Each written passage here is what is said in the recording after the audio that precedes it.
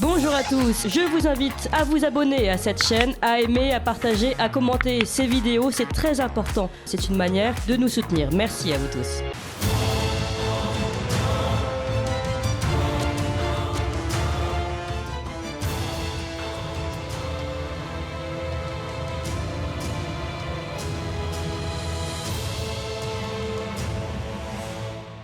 Bonjour Marco Brejon. Bonjour. Alors vous êtes journaliste à l'Incorrect, vous êtes auteur d'un roman dystopique sur la politique sanitaire, L'Orbe, aux éditions du Verbe où vous avez reçu sur Ligne Droite pour ce livre. Et on invite évidemment nos auditeurs à retrouver cette interview sur YouTube, sur notre chaîne Ligne Droite. Mais vous êtes ce matin avec nous pour nous parler de ce livre, La Gravité, un film sur les banlieues. Mais je voulais revenir avec vous sur le Festival de Cannes, si vous le voulez bien, comme vous êtes quand même un fan de cinéma, un féru de cinéma, il faut dire ici sur Radio Courtoisie. Vous êtes un féru de cinéma. Je voulais revenir sur le Festival de Cannes et notamment sur la Palme d'Or qui a été remise à Anatomie d'une chute de Justine Triet. Est-ce que vous, qui êtes qui aimez particulièrement le cinéma, vous continuez à suivre le Festival de Cannes? Et si oui, qu'est-ce que vous pensez de cette Palme d'Or de Justine Triet? Écoutez, je vous avoue que chaque année, le Festival de Cannes me intéresse de plus en plus. Chaque année, un peu plus, en tout cas. Pour moi, c'est vraiment un festival de l'entre-soi, une certaine vision du cinéma à la française, c'est-à-dire, en tout cas, tel que la France se rêve de rayonner à travers le monde, c'est-à-dire un cinéma sociétal, un cinéma idéologique. On l'a vu l'année dernière avec Titane, la Palme d'Or qui a été attribuée à Julia Ducournau pour des raisons qui me semblent vraiment purement politiques. Le film étant vraiment un désastre à mon humble avis. Alors en l'occurrence, je connais très peu Justine Triet, ou Trier, je ne sais pas comment on prononce. Et voilà. Après, j'ai trouvé sa déclaration publique lors de la réception de sa palme relativement médiocre, voire risible. Après, son cinéma, je le connais très mal, donc voilà, je lui laisse le bénéfice du doute. Et le film, malgré tout, a l'air relativement intriguant, donc à voir en salle ce qu'il en est, quoi. Après, en ce qui concerne le Festival de Cannes, oui, je trouve que c'est un festival dont la sélection chaque année est un peu plus convenue. On se souvient d'une époque bénie où dans la sélection on pouvait trouver du David Lynch ou du Oshima. Aujourd'hui, c'est bien fini. Aujourd'hui, c'est toujours un peu les mêmes qui reviennent, voilà, qui font du Festival de Cannes, je trouve, un non-événement, à mon humble avis. Justement, donc un non-événement, et donc pendant son discours, Justine Triet pour sa Palme d'Or pour Anatomie d'une chute, elle a accusé le gouvernement, alors que donc justement accuser la politique du gouvernement sur la culture, aussi la politique du gouvernement sur la réforme des retraites, et donc certains ont pointé avec ironie ce cinéma français qui est contre le gouvernement alors qu'il est quand même largement subventionné par celui-ci notamment. Oui, c'est un cinéma qui crache dans la soupe, clairement, disons-le, quoi, pour des raisons uniquement dans le but de briller, et de surtout faire oublier que c'est un cinéma à paillettes, que c'est un cinéma de l'entre-soi. Il va régulièrement prendre des positions politiques, se ranger aux côtés des mélenchonistes pour tenter d'exister. Alors qu'en fait, c'est finalement un des cinémas les plus subventionnés au monde, je pense. Donc, c'est évidemment ridicule. Oui, avec ce qu'on appelle l'exception culturelle, c'est ça? Culturelle française, c'est ça, tout à fait. Alors, l'exception culturelle, si vous pouvez revenir dessus, expliquer à nos auditeurs ce que c'est, et c'est en fait une préférence nationale. Disons que, si vous voulez, par l'entremise du CNC, effectivement, il y a le gouvernement français, s'arroge le droit et en fait de subventionner des films pour faire rayonner la culture française. Donc c'est une chose qu'on trouve dans d'autres pays, hein, qui ont copié la France. Par exemple, la Corée du Sud, depuis 15 ans, fait la même chose. C'est-à-dire qu'en gros, il y a une préférence dans les subventions pour les films les films locaux qui du coup font rayonner le pays. Donc pourquoi pas? À la base, je pense que c'est une très bonne politique, puisque ça fait vraiment rayonner un pays de façon culturelle. Le problème, c'est l'entre-gens, si vous voulez. C'est qu'au bout d'un moment, ce sont toujours les mêmes qui se relaient au CNC, et ce sont toujours les mêmes politiques et les mêmes idéologies sociétales qui sont mises en avant par ceux qui dirigent le CNC. Donc en fait, il y a vraiment une sorte d'entre-soi qui prolifère, et qu'on trouve d'ailleurs sur le modèle des parents des énarques, hein, c'est la même chose, si vous voulez. Une sorte Oui, un même modèle qui continue. Alors, on va parler d'un film.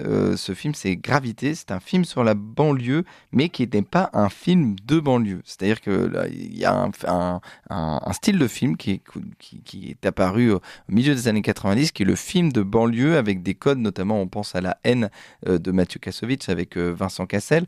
Qu'est-ce qu'un film de banlieue? Quels sont les codes d'un film de banlieue?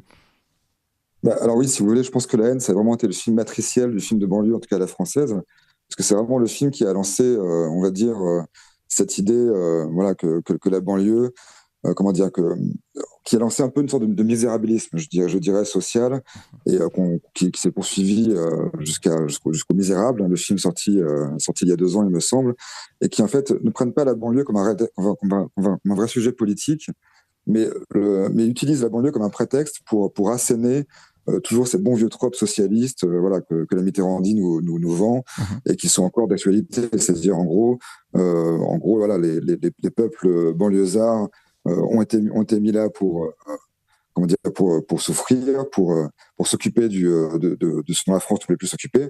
Et du coup, ces films de banlieue relaient constamment les mêmes clichés, que la police a une force coercitive, que ces jeunes sont tous brillants et qu'ils méritent mieux, mais qu'ils affrontent à plein fond de verre, etc. Et alors, ça peut être, il y a évidemment un fond de réalité dans voilà, dans cet espace qu'est la banlieue, mais malgré tout, je pense que le cinéma mérite mieux que ça, et le cinéma, comme disait Deleuze, c'est avant tout une politique de l'espace. En l'occurrence, tous ces films de banlieue ne pensent pas à la banlieue comme un espace à filmer, mais simplement comme une idée à défendre. Et c'est là qu'est la beauté du film de Sadek Hiddo, c'est d'avoir pensé la banlieue à rebours, comme un espace pur à filmer. D'ailleurs, Sadek Hiddo se revendique de John Carpenter, qui est le grand cinéaste américain de l'espace, et du découpage de l'espace. Et donc, Sadek Hiddo a réintroduit en quelque sorte une politique de l'espace dans la banlieue, et ne la filme pas comme un substrat social, mais vraiment comme un espace poétique, à la limite. Et j'en veux pour preuve que c'est un film de banlieue dans lequel sont absents tous les tropes de la banlieue, parmi lesquels le rap, la musique rap, la police. Il n'y a aucun policier dans ce film. Et par exemple, les téléphones portables. En fait, c'est un film de banlieue qui se veut au départ réaliste, mais dont le réalisme s'émiette peu à peu, et là s'entrevoir comme une sorte de, vous savez, ces boîtes de pétri qui sont des expériences de laboratoire où on met un environnement biologique sous cloche pour voir comment il va se comporter. Et en fait, c'est ce qu'a fait Hiddo avec cette banlieue. Il a filmé cette banlieue un peu fantasmée comme une sorte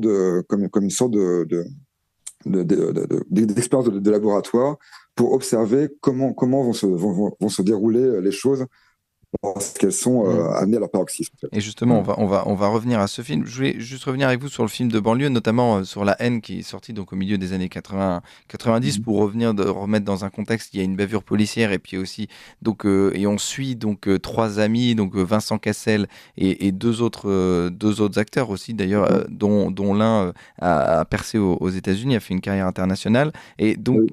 Qui font partie de ils font tous partie d'une religion différente. Pardon ? Ouais. Saïd Taghmaoui, c'est ça. Et donc ils font tous partie d'une religion différente, et malgré ça, donc ils arrivent à être en lien parce qu'il y a un ennemi commun qui est l'État français qui essaye de les martyriser. Et puis il y a aussi, ils sont poursuivis aussi par des skinheads. Donc voilà, donc tout ça c'est une vision fantasmée de la banlieue, et le cinéma français, vous l'avez dit tout à l'heure, notamment avec le festival local qui est sociétal, qui est idéologique, décrivait une vision fantasmée de la banlieue, en plus qui a bien changé 30 ans plus tard. D'autant que cette vision de la haine, c'est tout à fait le copier-coller finalement de la vision mitterrandienne de touche pas à mon poste, touche pas à mon pote, pardon.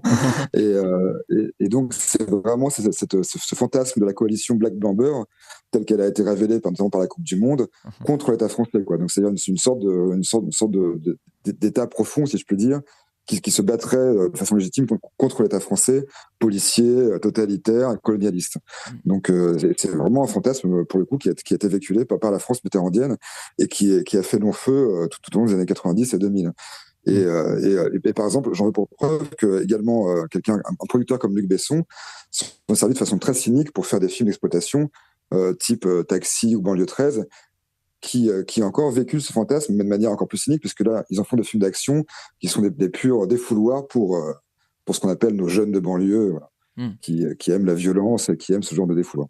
Oui, c'est ça. Taxi, notamment, où véritablement, c'est le jeune de banlieue qui est un conducteur de taxi qui est brillant et qui fait face à des policiers complètement abrutis.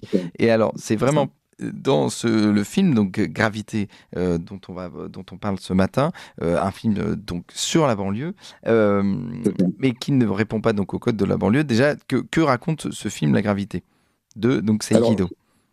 Sans trop déflorer le sujet, parce que finalement c'est un film qui est très éludif, qui revient justement à un cinéma, je dirais, des origines, presque un cinéma muet, qui se passe pas mal de paroles, qui passe beaucoup par l'image, par le découpage. Donc, sans trop déflorer le sujet, on va dire que c'est tout simplement une sorte de guerre des gangs assez abstraite sur fond d'alignement des planètes. En fait, voilà, dans cette banlieue, on apprend au début que par des bulletins météo, radio, on apprend qu'en fait Mars, Vénus et la Terre s'alignent. Et donc, on attend plus ou moins une sorte d'événement astronomique sans trop savoir ce qui va déclencher. Et donc, ça crée une sorte de couleur rougeâtre très inquiétante qui se pose sur le monde entier. Et donc, sur cette banlieue qui n'est ni nommée ni située. Et donc, dans cette ambiance un peu apocalyptique, vont se battre deux bandes de dealers. L'une qui en gros est une bande qui est un peu la nouvelle école, c'est-à-dire en gros des millénials qui vendent une drogue de synthèse, et l'autre qui est davantage, on va dire, notre génération des années 80, c'est-à-dire en gros des dealers à l'ancienne, dont un qui revient de prison et qui veut en gros réintégrer son territoire.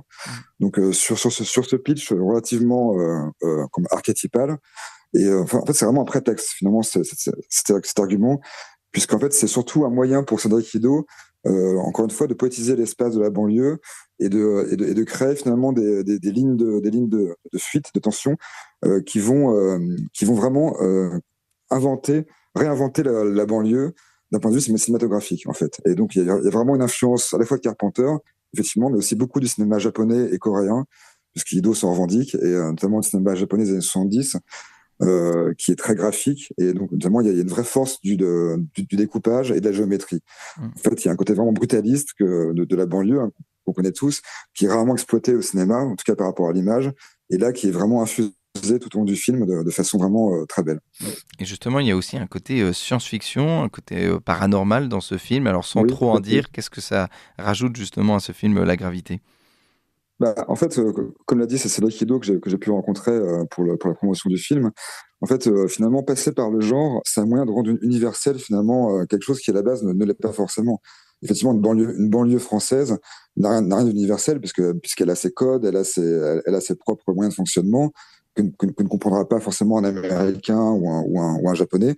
Mais en passant par un genre très balisé, qui est la science-fiction, qui est aussi le manga, puisqu'il y a vraiment une grosse influence du manga. Notamment à la fin, il y a une scène qui fait vraiment référence notamment à Otomo, l'auteur d'Akira. Et donc, tout ça, en fait, permet finalement, en passant par le genre, ça permet finalement de rendre cette banlieue universelle et de vraiment de raccrocher finalement des archétypes premiers et des enjeux qui sont universels. Et donc, notamment ce passage par le cosmos, qui est en sous-texte, mais qui est toujours là. Ce passage aussi par des scènes de combat qui sont extrêmement chorégraphiées, permet justement de raccrocher les wagons et de rendre cette banlieue française qui est très située, pour le coup, du coup insituée. Voilà. Et je vais finir avec vous justement sur les inspirations japonaises et sud-coréennes et cette inspiration du cinéma asiatique. On rappelle que Parasite de Bong Joon-ho avait eu la Palme d'Or il y a 3-4 ans. Et donc il y a vraiment aujourd'hui dans le cinéma cette inspiration japonaise, et puis même d'une manière plus largement, on parle des queeb, c'est-à-dire ces jeunes qui sont très intéressés par la culture japonaise, et aujourd'hui ça pénètre aussi le cinéma. Tout à fait. Et ce qui est intéressant en fait dans le cinéma notamment sud-coréen, c'est que c'est le premier cinéma, je trouve, moderne qui a su retrouver un peu ce cinéma total qui était le cinéma muet, si vous voulez. Par exemple, quand vous prenez un film de Murnau, l'aurore, en 1 heure et demie, vous passez de la comédie à l'horreur, ou à la satire sociale, au drame, à la romance.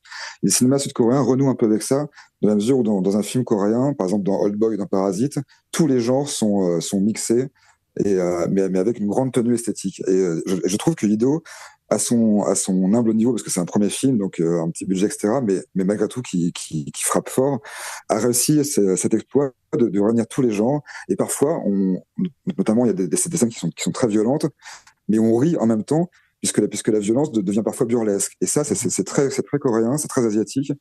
Et Ido est un des rares à avoir réussi à faire ça dans le cadre du cinéma français, à mon humble avis. Alors, merci beaucoup Marco Brejon. On rappelle que vous êtes journaliste à l'Incorrect. On rappelle aussi le titre de votre roman dystopique sur la politique sanitaire, L'Orbe aux éditions Verbe de Haut. Et puis, voilà, ce film, La Gravité, qui est disponible en salle aussi du réalisateur Ido. Merci à vous pour ces éclaircissements. Et aussi, on rappelle aussi que l'Incorrect est disponible en kiosque. Une sur l'histoire dont nous avions fait une table ronde en début du mois. Voilà, on vous invite toujours nos auditeurs à nous suivre sur notre chaîne YouTube. Merci à vous.